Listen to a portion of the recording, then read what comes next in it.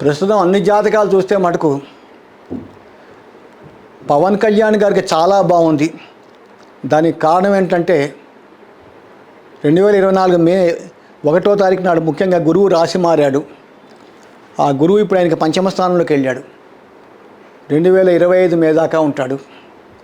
అట్లాగే 2025 మార్చి 29వ తారీఖు నుంచి శనేశ్వరుడు కుంభరాశి వదిలి మీన రాశికి వెళ్ళిపోతాడు. కాబట్టి దాదాపుగా 7.5 సంవత్సరాల నుంచి పవన్ కళ్యాణ్ గారు ఏలినాటి శని వలన అనేక అవమానాలు, అనేక బాధలు, కష్టాలు పడటం జరిగింది.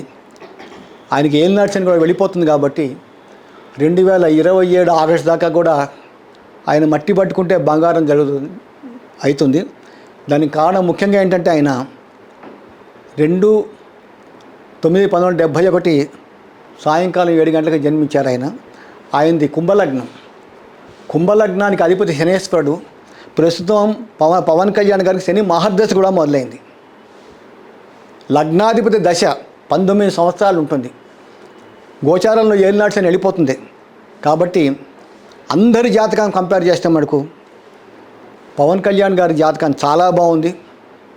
కాబట్టి ఇటు ఆంధ్రప్రదేశ్లోను, సెంట్రల్లోనూ కూడా పవన్ కళ్యాణ్ గారికి చాలా మంచి పేరు వస్తుంది.